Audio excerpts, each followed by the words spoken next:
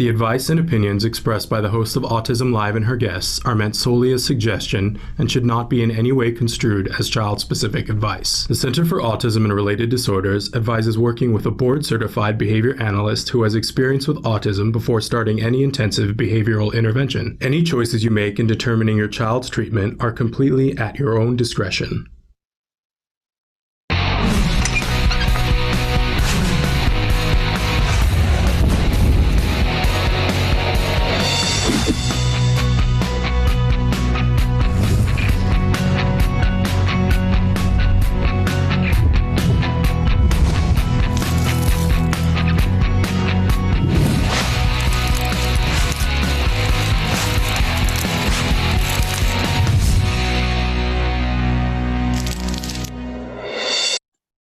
Good morning and welcome to Autism Live. I'm Shannon Penrod. We are coming to you live from various places around, I guess, all around Southern California this morning. Thrilled to be here with you on this Monday morning and to keep the conversation going. We're here for the next hour and we're going to be talking about autism from a 360-degree perspective. But I really want you to know that the show is meant to be interactive. Now, I know that everybody can't watch the show live because other things are going on in life and in the world and whatever, and that's okay. There are lots of places to watch us live. There's lots of places to watch us recorded, and you can go back through time. If you, like me, are a little bit sick of the background of people's houses, someday we'll have to do like a tour of my bookcase and then I'll move things around. But if you're kind of sick of that and you want to see something that's from the days when we weren't having to do this way, let me just tell you that we've got 9 years worth of stuff that is cached on our 2 different sites. Excuse me, you can go to YouTube and all of it's there, but it's also on our homepage, which is autism-live.com. So if you look at this chart here, autism-live.com is on the bottom, and that's available to you 24 hours a day, 7 days a week. There is a chat button so that you can be chatting with me live. There's also toy guides there from last year and the years before to help you if you're looking for a toy for anyone or a gift, including for parents of individuals who are on the spectrum and adults who are on the autism spectrum. We're very proud of that. We're just now gearing up to start working on this year's toy guide. But so lots of things to do, and you can search by topic or guest or anything. You can put anything into the search feature on our homepage. But take a look on the first column here are all the places where we are live right now. We're live on Twitter, Facebook, Periscope, and YouTube. Then later on, those, it'll be recorded and available on those sites, but then we add in the podcast sites, iTunes, Spotify, iHeartRadio, and Deezer, just to name a few places where we're available. But I want to point out that we're free on all of those places.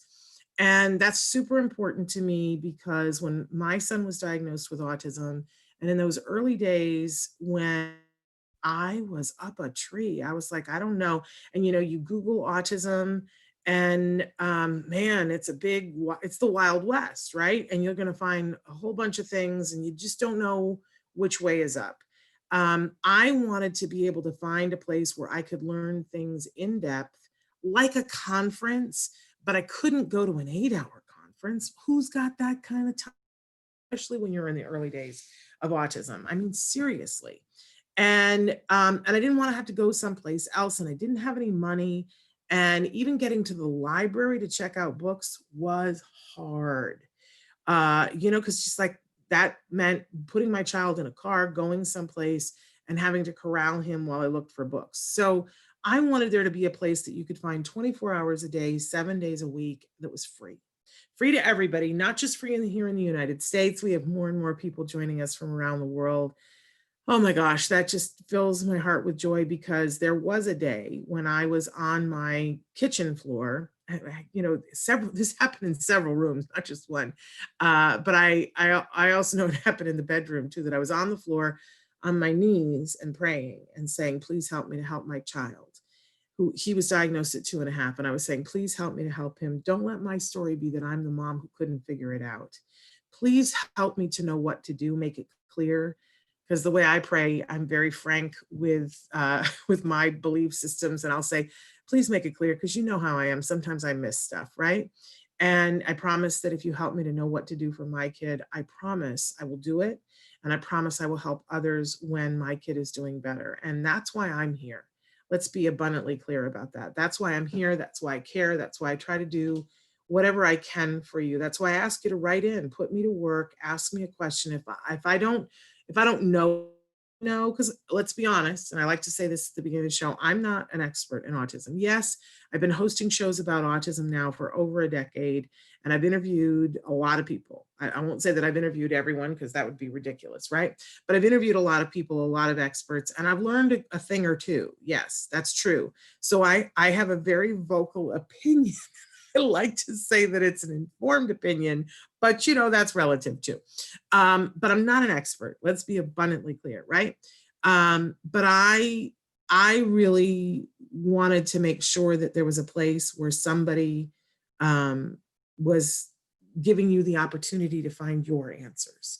And when I say your answers, I'm talking about that great, big, beautiful autism community. If you yourself are on the spectrum, for heaven's sake, it starts there, right? With those individuals, helping them to answer their questions and to give them a voice here on the show. And but then from there, I also welcome the larger autism community, which is everybody who cares about those individuals on the spectrum, right?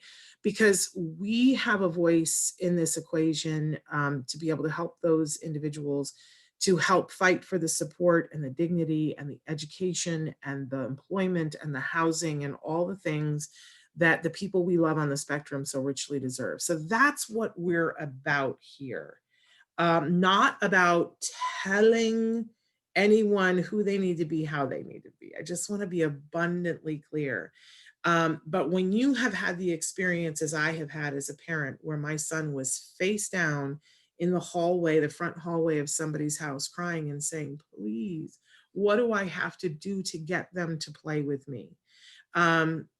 He just wanted to know, how do you get the other kids to listen and play with you? And I, as a parent, listened to that and was very clear that I wanted to help my child to do the things that he wanted to do. And it's not a one size fits all. I want you to be able to help yourself to do the things that you want to do, and to be able to help the loved one that you have on the spectrum to do the things that they want to do. Not one size fits all. So I hope you feel the love. That's what we're here for. We love it when you write in. It's my favorite thing. I will say that, there's been a couple of things kicking everybody's keister for a while here. We're all struggling with the varied things with COVID. Either you don't have enough work, or you're working all the time. Like some people are in financial worry, some people are in health worry. Everybody's fond of saying we're all in this together, but everybody's boat is different in this COVID thing. So we keep talking about COVID from a perspective of the autism community, and how can we keep progress happening during this pandemic here in the United States and around the world, right? So we're talking about that. We cannot just say that we are not going to talk about the other things that are going on in the world, which is why we're very clear here at Autism Lives that we support Black Lives Matter, and that we believe that we can do better. And it's got to start with us, and we're trying to do better. I want you to know that tomorrow on the show, we're welcoming back to the show Ifunanya Nwiki, who has been on our show many times before. She's the creator of Jazz Hands for Autism, and we have so much to talk with her about. But she had posted something a week ago saying, okay, this is a kind of have, but who's ready to talk about the fact that there's a population of Black young men who have different degrees of neurotypical disorders, and that they are also caught up in this interaction with the police where things aren't going well. And she said, who's ready to talk about that? And we have to be ready to talk about that here on Autism Live. So Ifunanya is going to be here tomorrow, and we're gonna talk about it. And I need help. I don't know about you guys, but I need help. I need to know what I can be doing. because I want to be a part of things being better, and I don't want to be a part of things staying the same. And I think that everything that we do is either in support or not. And I want to be in support. I feel very motivated about that. And I hope that you guys are too. Okay, so, and then the third thing that we are talking about here that has been kicking my keister for a while is the loss of our dearly beloved Joanne Lara. And I want to announce here on the show that we are going to be hosting a online memorial for Joanne a week from Saturday on the 27th. And that's going to be at 10:30 Pacific time because we need to accommodate time zones around the world. So that's the 27th. We're going to be talking a lot about that coming up to it. And give everybody an opportunity. It's so difficult. I've watched so many people during this COVID pandemic lose a loved one. And grief is hard no matter what. But there are some very distinct things about this pandemic and grief and how, I said to somebody, we're not getting to do the things that make you feel better. The things that allow you to bring up the things and to fall into your friend's arms and have a good sob over, seeing a scarf or, this weekend, Joanne was a big fan of old movies. And, all I have to do is go by, typical on a Sunday for us is to spend half the day on the phone while she's watching an old movie and like telling me things about different scenes and, oh, this is, and did you know this about it and whatever. And I happened to see what was on yesterday and just, burst into tears. So I think it's important that for everybody who knew her, to have an opportunity to gather together, even if virtually. I promised her that we would. And we'll do an actual in phase one later on. But I welcome anybody who's in grief that this is a safe space to write about, what you're going through and to join us for Joanne's memorial, but to this expression of a celebration of life, but a release of grief. So, okay, so somebody has already written in and said, disappointed by this video intro. I advise looking into long-term effects of ABA therapy on adults and spend time speaking to adults and children that are actually autistic. And I want you to know that we do. If you watch more than the intro, you'll see that we feature lots of individuals here on the spectrum. Happy to have you here on the show too, if you want to write in and pitch an idea for a segment. And we talk a lot on this show about the fact that there are lots of individuals who are on the spectrum who are not fans of ABA, and I support you in your right to say whatever you want to say. That's like the beginning and the end of the conversation. I will tell you that I have invited many adults on the autism spectrum to come and see modern ABA and to see the ABA that the Center for Autism and Related Disorders does, because I had the opportunity for 5 years to watch either in the room or on a baby monitor and watch what happened with my son and to see who he is now. And I cannot speak favorably for all ABA.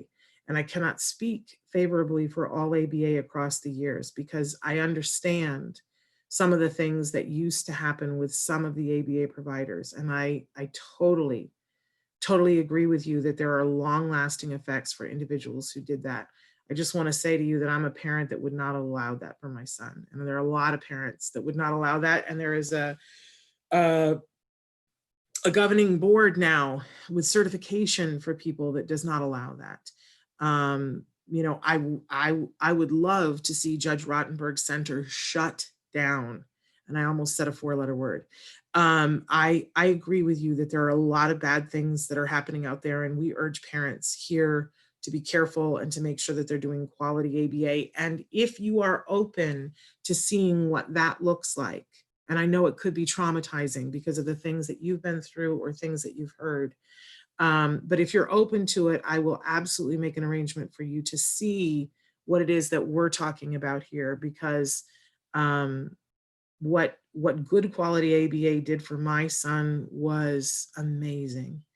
And believe me, I would not, I've stood for someone punishing him for who and how he is, or in any way. So I thank you for your opinion. I thank you for writing in. I think it's an important part of the conversation, which is why I'm not skimming over it. But I hope that we can help to heal and to move forward and continue to have progress for all individuals and give everybody their right and their ability to speak forward. I want to say hi to Faith. Faith, I'm so happy to see you. And I've been keeping up with you on Facebook and thrilled that you're here. Michelle, thank you for being here. Christy, welcome, welcome, welcome. And Nikki, good morning to you. All right, you guys, it's time for us. It's Monday, so it's time for us to journey to our jargon of the day. This is when we take on one word, one phrase, one acronym. We try to figure out what in the hey nani are the experts talking about. Why are they talking about it? Why does it matter? Why do we have to know? Can't we just stop? Right? But ask me how I really feel about jargon. But it is important that we start to learn things. Now, today's jargon term is one that a year ago, I don't think I'd even heard of. Somebody said it about a year ago on the show, and I was like, I'm sorry, the what? And I was like, what did you just say? And I'm going to be honest with you, I don't completely have my head wrapped around this. And you know how I know that is because somebody asked me to define it the other day without slides. And I was like, oh, I wish I had an expert here. But this is why we do the jargon again and again, because we're all learning together. So Autoclitics, we've been talking about the verbal operants. And so this is the mountain on the hill, the last of the verbal operants that we're going to talk about. And not everybody does talk about this one. So why would we talk about it? Let's take a look and see what our actual definition is, see if we need waders to wade through it, and then we'll move to the working definition and see what we can figure out. Autoclitics, interesting, right? So autoclitics is a verbal responses that modify the effect on the listener of the primary operants that comprise B.F. Skinner's classification of verbal behavior. An autoclitic is a verbal behavior that modifies the functions of other verbal behaviors. Okay, so verbal responses that modify the effect on the listener of the primary operants that comprise B.F. Skinner's classification of verbal behavior. You know, it's like, I'm no closer. I can reread it and I'm like mush. It's just all mush, right? Okay, so let's move on to the working definition here and see what in the hey nani are we talking about. Autoclitics are things that you add to verbal communication that change how the listener interprets what is said. So here's my understanding of autoclitics is that it involves perspective taking. So if I say to you, I'm having a really good time.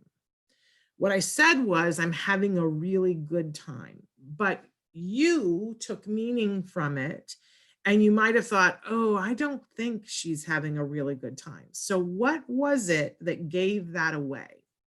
What was it that you thought through and ciphered through and went, well, I think if she was really having a good time, she might have used a different tone.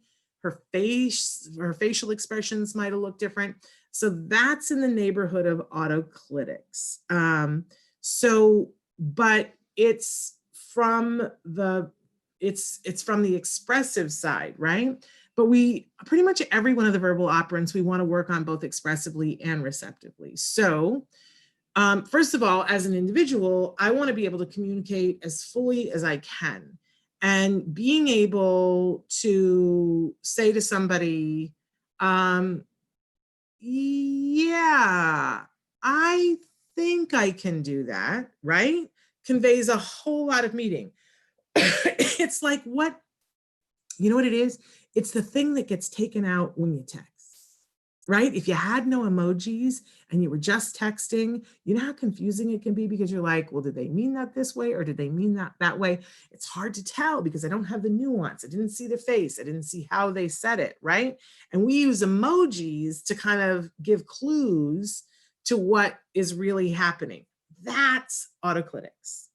right? And we are meaning to convey information when we do that. So if you ask me to do something and I go, yeah, I think I can do that, I'm sending you a whole ton of information, right?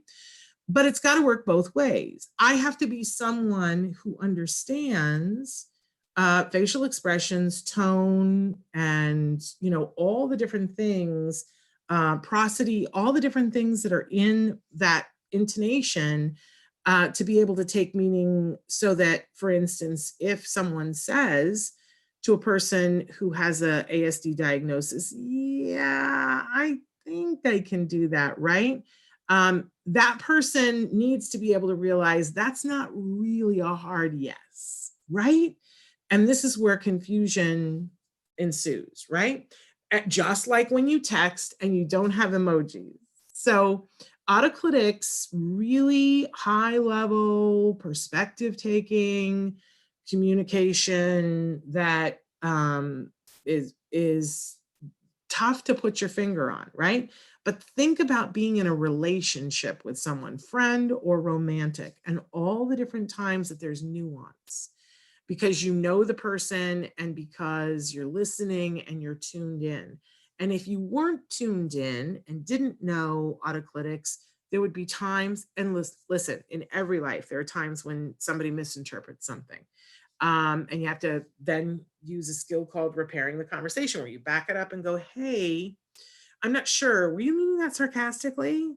But in order to say that, in order to say, hey, I'm not sure, did you mean that sarcastically? Think about all the skills you have to have. You have to understand what sarcasm is. You have to have a certain level of perspective taking, right? And you have to have strong autoclitics, plus the ability to advocate for yourself and the willingness to put yourself out there to try to repair a conversation. So autoclitics, really high level, but I think worth working on. For a lot of the adults that I talk to on the autism spectrum, they're, the kinds of things that they say that they're unhappy with and struggling with are things that, well, I think about that movie, The Story of Luke. And there is a moment with Seth Green where he's at the water cooler with this young man, Luke, because Luke is just like, I don't get it. What's happening right now? And he calls him over to the water cooler, and they're standing there watching a girl and a guy talk. And he goes, okay, here's everything that's happening right now. And he explains it to Luke. And it's crazy because it's like all these things that, like, some things that I hadn't even thought about that are happening. And Luke's like, really? That's all happening right there? And Seth is like, yeah, that's like reality. That's what's going on. And I hear a lot of adults on the autism spectrum saying, what is the magic code? Because I don't really care about all that, but I'd like to be able to date. And I really like this other person and I'd like to have it work out. And I don't know why it keeps not, just like, give me the code. I don't really care about all the other BS. Just give me the code so that I begin to understand. And you see, Autoclitics is part of that code. It's like the emojis of life, to be able to read something going on and to use an emoji when you're talking so that the people around you understand what it is that you're saying so you can get your needs met. It's not about conforming, it's about getting your needs met. So anyway, that's Autoclitics, a little convoluted. There we go. Moving on, we always have a question of the day. And our question today is, how do you talk to yourself when you're stressed? I imagine that everybody's gone through a little bit of stress in the last couple of months. And, there's always a conversation that we're having with ourselves, or at least there's always an opportunity to have a conversation with ourselves. And a lot of times, what we are thinking about and saying to ourselves is a large part of what our experience is. So, what do you say to yourself when you're stressed? I waitressed many, many years ago, and there was a waiter, and his name was Robbie.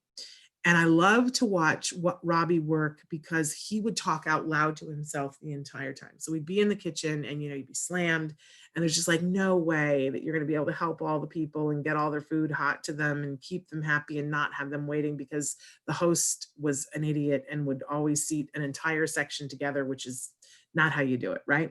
But I love to listen to Robbie because he would talk to himself and he would talk positive to himself. So he'd say, go, Robbie, go, go, go. You can do it, Robbie, go. And I loved that. And he was one of the best waiters because he was talking to himself in this positive way and urging himself on, where, there was another girl who would just stand in the corner and cry. And we were always saying, that's not helping anything. Like, either, do something, right? But standing in the corner, crying, being overwhelmed is not ending the overwhelmed, right? Eventually the shift will end and you will get to go home and this will pass. Although I still have nightmares about working at that restaurant. But whenever I'm stressed and need to get something done and need to keep moving, I find myself saying, go, Robbie, go. Because he was so inspirational. So how do you talk to yourself when you're stressed? And there's many different types of stress, right? What is the conversation that you have in your head? Is it kind? Is it inspirational? Is it loving? And something that somebody else taught me too is that sometimes it's hard to be kind and loving and gentle with ourselves. And they said, always put it through the litmus test of, if you were talking to a child or a teenager going through what you're going through, what would you say and how would you say it? And how supportive would you be? And are you that supportive with yourself? For me, that's everything. Because when I think about, if a 15-year-old girl were going through something that I was having a hard time with, what would I say to her? And I know for sure I would not say to her, well, you brought this on yourself, right? I would never say that to a 15-year-old girl. So I really shouldn't be saying it to myself. So are you talking lovingly and gently and kindly with yourself about your stress? And can you, if you're not, can you pick something else and imagine that you're talking to, a 12 or 13 or 15-year-old kid, and how would you say it to them? All right, moving on to our topic of the week. And I think that this will dovetail nicely into everything that we talk about, is what are you focused on? As we've talked about all the different, obviously there's a lot to be stressed about right now, right? But we get to pick in the sea of things what we focus on. And there's a lot going on. It's like people are posting about the COVID and saying, well, this is, none of us would have chosen this, but here are the 12 good things that have happened. I love John Krakowski, is that his Krakowski, his Some Good News. I love that he's decided to focus on, well, here are the positive things.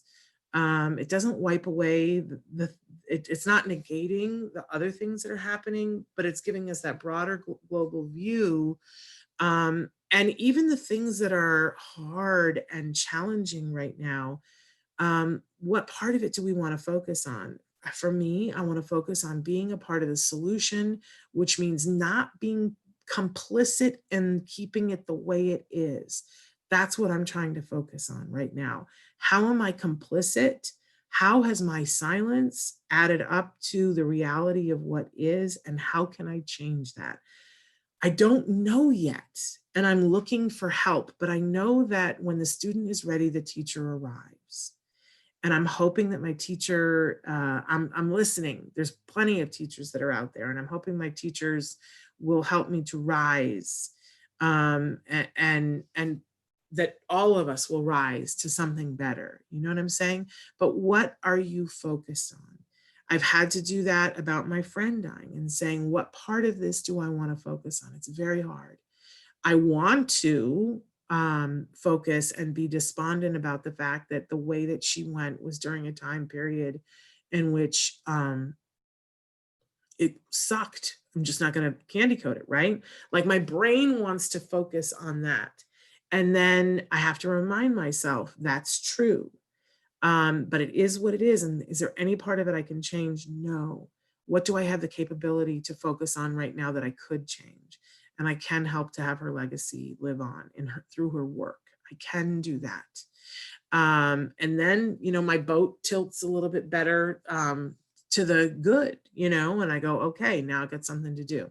So my question to you today is, what are you focused on? I am focused on making the most of this time. I am focused on being there for my son, making sure that he gets the education that he so richly deserves, that he finishes. He's a senior now, folks. He's got to finish high school, and we got to get him ready for college. And somehow we got to do that during COVID times. Not what I planned. Not what I planned. But there are some things that can be focused on and worked on during this period of time that we have time for, that maybe we wouldn't have before. So those are the things that I'm trying to focus on. I'm also trying to focus on being healthy and drink more water. You're going to see me drink more water on the show because I'm dehydrated, and that's not a good way to be. So what are you focused on? Please write in and tell us. Again, I said this to you guys last week. I need you right now. I need for you to be writing in and talking with me because it's tough. It's tough right now. It's really, really tough.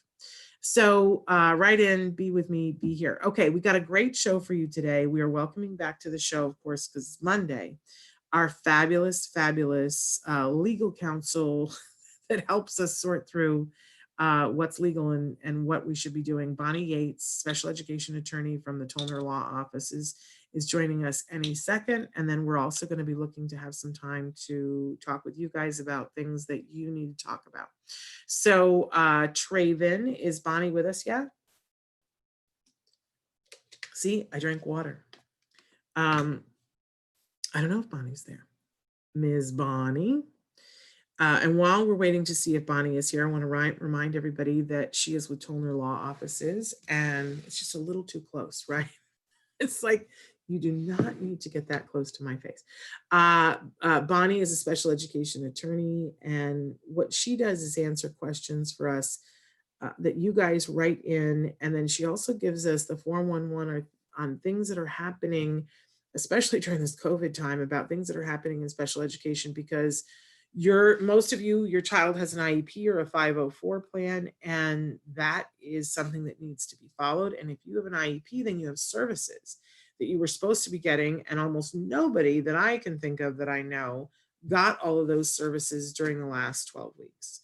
So what happens? Is it just like, sorry, we weren't able to give it to you? No. What happens is we have a discussion about how to give you compensatory education during the summer, whether that's extended school year or, she may not have the code, Traven. If you could just give her the code, that would be grandiose. I appreciate you. It's so important. We had somebody who wrote in last week who was kind of mad and said, I thought I was being considerate. I thought, I was cutting the school some slack. It didn't appear that they had anything together. I asked a couple of cursory questions, and, they didn't have much that they could offer my child, and they said that they were working it out. And then they found out, the parent recently had conversations with other parents and found out that other kids were getting private tutoring, and they were getting all of these different things, and her child was not. And, what to do now once you find something like that out. And I gotta say that having, not during COVID, but having been there and done that, when you find out that you didn't know to ask for a specific thing, but other people did, and so they gave it to their kids, and they just didn't bother to tell you, that's when everything starts to tilt, and you find yourself in a difficult place. I want to say that Bonnie is not here, and we're figuring that out, but another person has written in and said ABA therapy is not the answer. So we have a minute, and we had somebody else who at the beginning who felt very strongly that ABA, and that I should be speaking to adults that are actually autistic. I want to say, let's go over, while we're waiting for Bonnie, a brief history about ABA, what ABA is, what ABA isn't, and what modern ABA is. Because I do think that these are important things. And as I said at the start of the show, I welcome your opinion. And I want to say that everyone is entitled to their opinion. And I don't try to squash that at all on the show, because I'm about having, I just don't think that there's anything more important to me than people on the autism spectrum having a, as Joanne would say, a seat at the table and the right to their, I don't even want to say voice, because that's so ableist, right? But a right to be able to communicate their needs, their wants, their thoughts, right? In whatever way is appropriate for them. So I'm never ever going to be like, you know, you don't get to say that. That would be completely antithetical to who I want to be and am. But I will say this, that you know, let's put it this way. And this is a bad analogy, but I once went to a you know, a day spa, and had a very bad experience where the person who did my nails did it, you know, and I didn't know any different because it was the first time that I was going, but it was painful. I ended up with an infection in one of my fingers, and I was like, well, that's horrible. I'm not doing that ever again. And I haven't. I've never gone and gotten a manicure. I'm, you know, 57 years old, never gone and gotten a manicure again. And for years, I was like, those places are horrible because that's what they do and they're unsafe and blah, blah, blah, blah, blah. And I have friends who are like, Shannon, you know, that is not what my place is like. When I go to my place, that is not what it's like. They have laws that govern them. That's not going to happen again. I still don't want to go. For me, I don't want to go. And I know that for a lot of adults who are on the autism spectrum, ABA is, you're not fans. And in fact, you feel traumatized when it comes up and when it's talked about, and that either you or your friends or family members were traumatized. And I just want to be clear that I don't disavow that at all. That in the early days of ABA used for autism, there were people who experimented with aversives. That is absolutely true. I stand by your truth. And that to me is unacceptable and torture. And I don't agree with it. And I would not subject my child to it. And I don't advocate that anybody subjects their children to that. So let me be carte blanche about that. And they did investigate what aversives were like. Kids got their hands taped so that they couldn't stim. There were kids that got hot sauce put on their tongue. There were a whole bunch of things that were done to individuals to see if it changed and shaped the behavior in a different way. Let me just tell you, I'm not about that. Would never allow that to happen to my son. You know, heaven help the person, whoever, you know, if anybody had ever tried that with my son. And back then they weren't calling it ABA, they were calling it behavior modification. Okay, and then a shift came about and modern ABA took shape, and there is now a governing board. In order for people to design a program and train other people to do it, they have to be a board certified behavior analyst. There is an ethics clause. You know, they have entire symposia about the dignity of the individual. And that is what I'm talking about. Now, even with all of that, because ABA is just ABA for autism, because ABA is used for lots of things. ABA is used for Olympic athletes. ABA is used in business corporations. ABA is used in nursing homes, right? It's used across the board because it is, and this is the truth, it is the most effective teaching tool because it says, you know, you want to learn something and we want to teach it to you, but we're not going to teach it to you all at once. We're going to teach you this little part of it so that it's not overwhelming. It works. It works. And, you know, the main principle of ABA is that everything that we do because it's rewarding in some way. It is not about the aversive. So modern ABA says, hey, Bonnie, I'm just finishing up a little discussion about ABA because we have some people watching the show today who are not fans of ABA. And I always like to give voice to that, but to remind everybody that, you know, quality ABA is an amazing thing. And it is not something that should leave somebody traumatized. So just wanted to put that button on that. But I welcome all opinions. And it does make it possible for individuals to find their way to communicate, which I think is everybody's right on this planet. So, Miss Bonnie, how much do we love you today? We love you a lot. You're muted though. You are muted. Can you unmute yourself?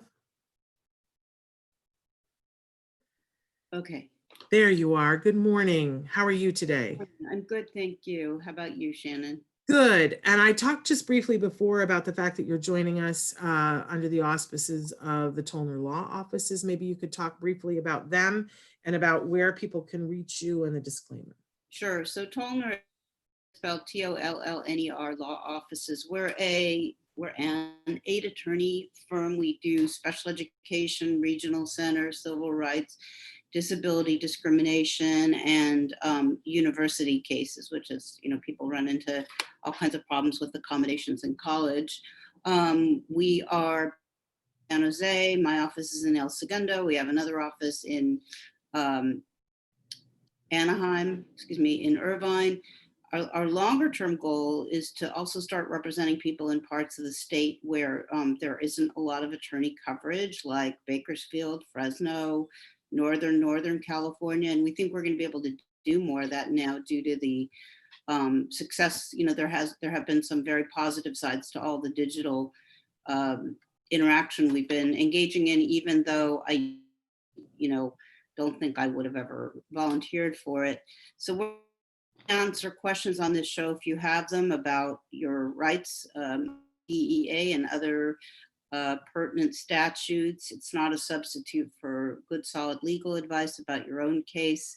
If you're in California, you can reach out to me for a free consultation if you'd like that. If you're in another state, COPA, Council of Parent Attorneys and Advocates, COPAA.net is a good place to start in terms of looking for an attorney in your state who's knowledgeable about special education.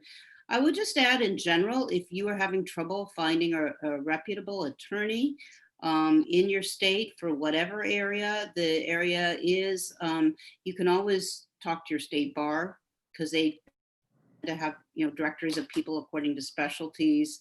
I mean, that could be really important if, let's say, you had a family law matter, since those cases are so contentious and they are so expensive. That would just be one example.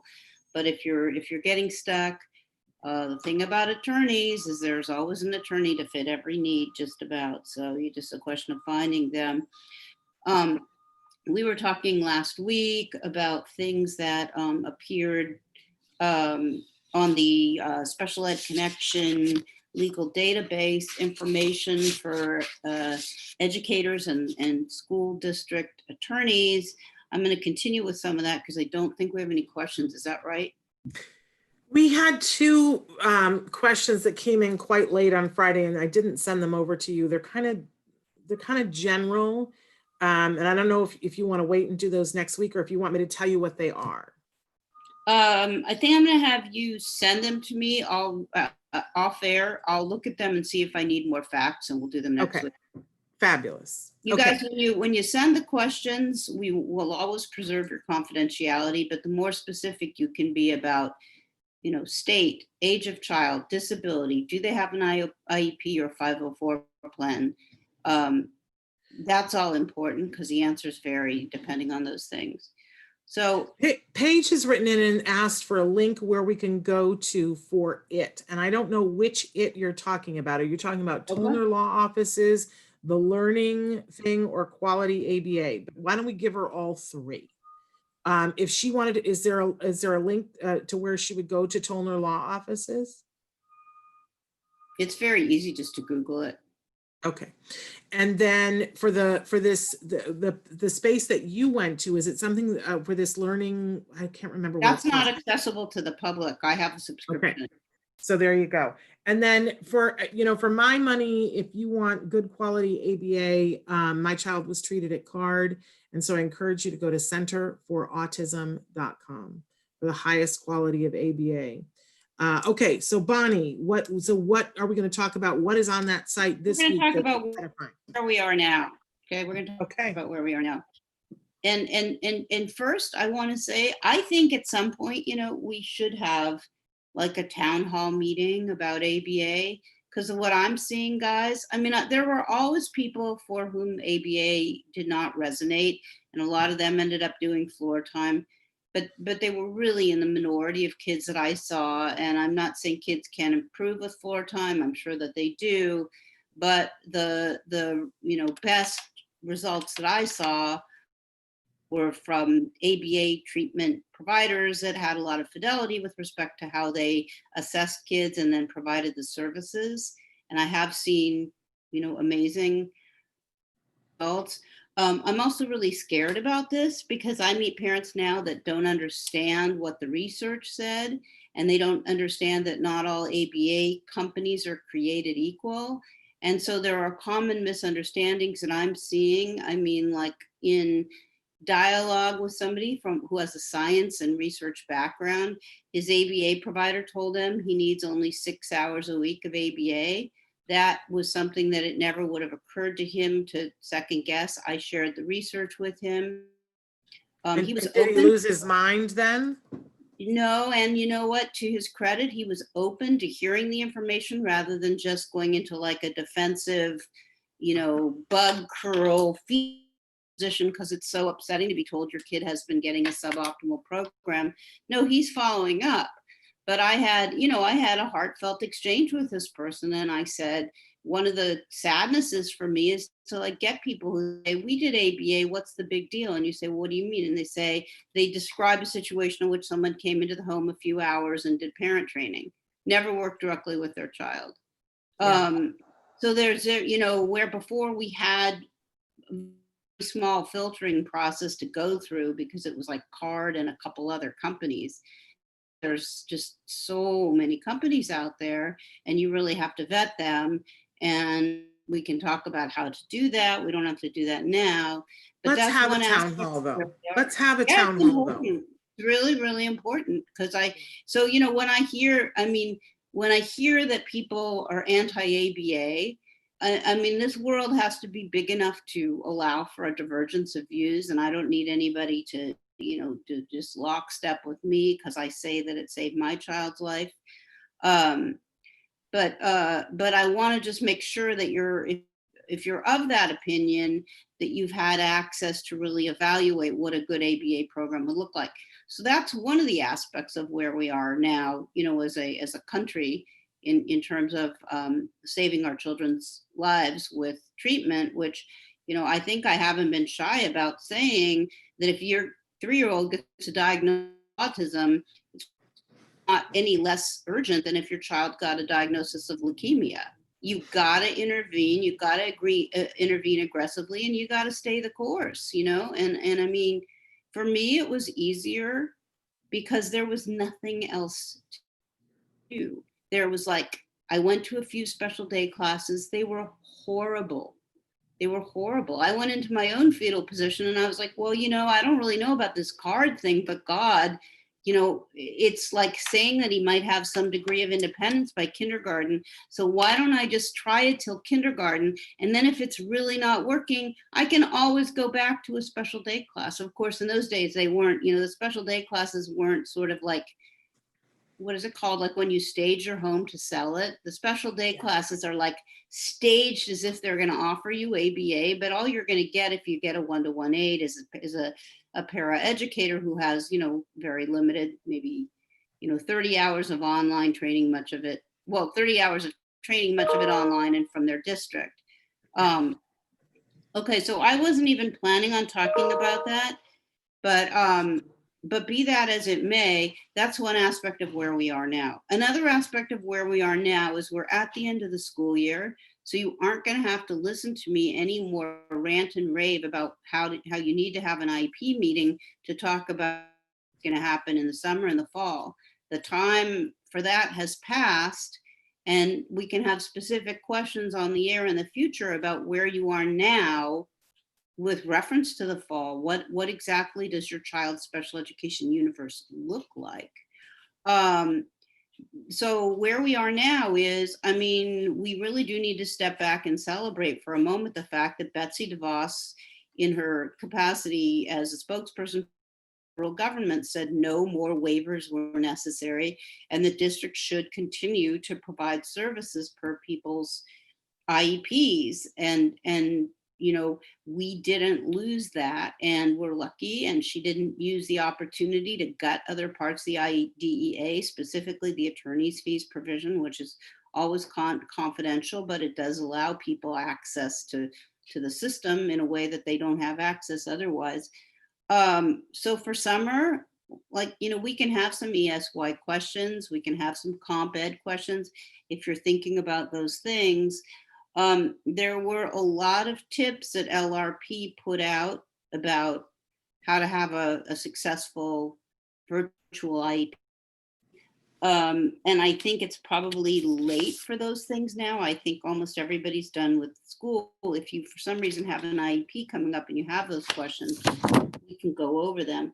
But the other thing that I wanted to talk about is after your IEP, whatever type of IEP you're having, if you don't understand what you and the district agreed to at this meeting, or the district's offer in the IEP is confusing, you can ask for prior written notice.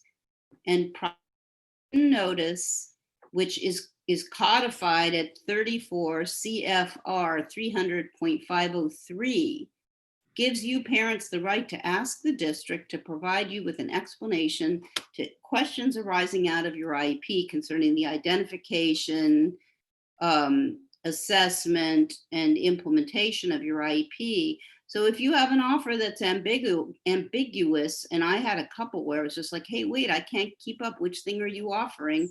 And then I get the IEP and it seems to be at variance with what I recall recording, then I can ask for prior written notice. In other words, I asked you to increase my ABA by 10 hours a week.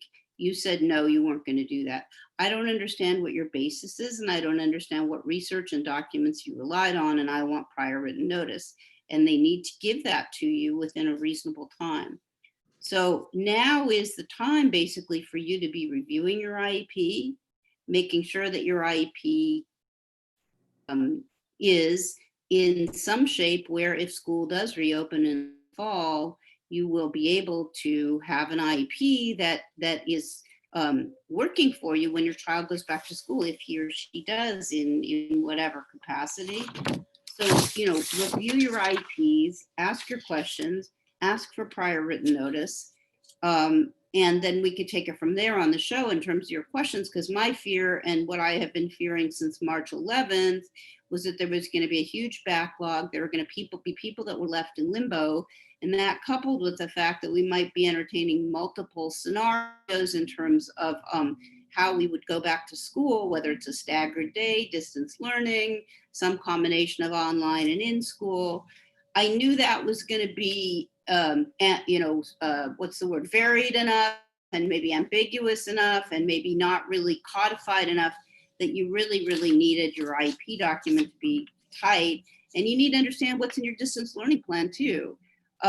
If you're in LAUSD, they have on their website, they finally got around to posting their policy on what people were going to get for distance learning, depending on what grades you were going to be in. If your district has a similar policy, you might want to take a look at that. Where I left off last time was talking about medically vulnerable students. And in our larger autism family of children that have disabilities, there are oftentimes serious medical considerations. I would say they're secondary to the disability, but they're really not, because they have to be taken as seriously as a disability. So here's what LRP had to say about medically vulnerable students. Plan now to protect medically vulnerable students when school doors reopen. Students who are immunocompromised or have a history of respiratory illness may be at greater risk of either contracting the coronavirus or experiencing severe symptoms. As districts plan to reopen school buildings and resume school activities, IEP and Section 504 teams should give special thought to how they will program for and place students who are medically fragile. While many concerned parents have already brought these issues to the school's attention, schools should not wait for a parent to raise the issue. Schools should be working proactively this summer to identify students whose underlying medical conditions place them at risk. Sorry about the motorcycle outside. Team considerations. IEP and Section 504 teams should reconvene to determine what accommodations a student may need to remain safe and whether the student may require an alternative placement. To properly consider what accommodations a student needs, the IEP or Section 504 team must know what general modifications the school will be putting in place, right, for everybody, so the team can make an informed decision about what additional steps are necessary. Include the student's primary care physician or medical specialist in the discussion. Teams should be ready to succinctly describe the student's medical condition and what modifications are being made to protect the general student population. Then they should ask for more specific recommendations as to what additional measures might be needed to keep the student safe. Identify students who cannot safely learn in school buildings. These students are at too great a risk regardless of what safeguards are in place. They may need to continue learning online, but that decision must be made by the IEP or 504 team on an individualized basis and with the benefit of appropriate data. It is crucial that schools obtain this information from the students' medical providers so they can proceed with developing an alternative program in the home or in another appropriate setting. Keep up with the research. Schools will need to be vigilant about keeping up with current research on COVID-19. Some potential accommodations will depend upon emerging information about the virus, such as whether classroom air filtration might be effective in reducing airborne virus particles. Researchers have more time to study the virus, a better understanding will emerge as to how to effectively minimize the risks at school. Can I keep going or are we out of time?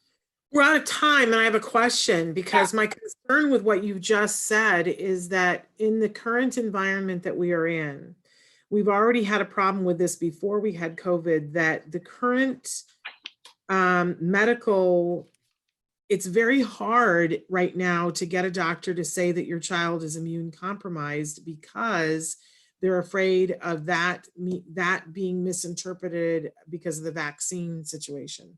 So it is not something that is easy to get right now, to have a medical doctor say that your child is medically fragile where 10 years ago that was easy. And your doctor would just give that to you and say, yes, your child has autism and has had this and this and this. But I hear more and more parents saying, my doctor won't say that for me now. Well, I think your doctor can say that we're still studying the virus and our understanding of it is growing every week. But until we have a vaccine or our knowledge about this is much more complete, I've been treating this student for 8 years, and I think out of an abundance of caution, given his autism, the best way to proceed would be X, Y, and Z. I don't think you have to use the words immunocompromised if that's a trigger word and it's going to cause problems.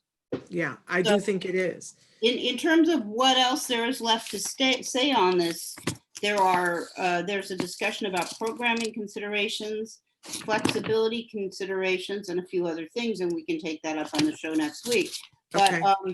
But you guys, the summer is kind of like our time to get on the whiteboard and figure out what the fall is going to look like, and we can work on that on the show. So bring us your questions, and we're all in this together. Nobody feels expert in this. It's uncomfortable. It's hard to fly by the seat of your pants, but we're going to figure it out. Okay. We're going to figure it out. Thank you so much, Bonnie. We so appreciate you taking the time to be here with us. We adore you. Again, Tollner Law Offices, please Google them. Offices in many locations in California. If you are in Southern California and think that you could— Or Northern California. Well, but I was going to say in Southern California and you think you need Bonnie. Now, if you need just somebody, whether it's Northern or Southern, Tollner Law Offices covers pretty much the whole state. But Bonnie's here in Southern California. But I'm working in Northern California and it's fun. You are? Okay, yeah. Well, I didn't know that. So If you're in California and you think you need Bonnie, then reach out, Google her at Tollner Law Offices, and you can reach directly out to her.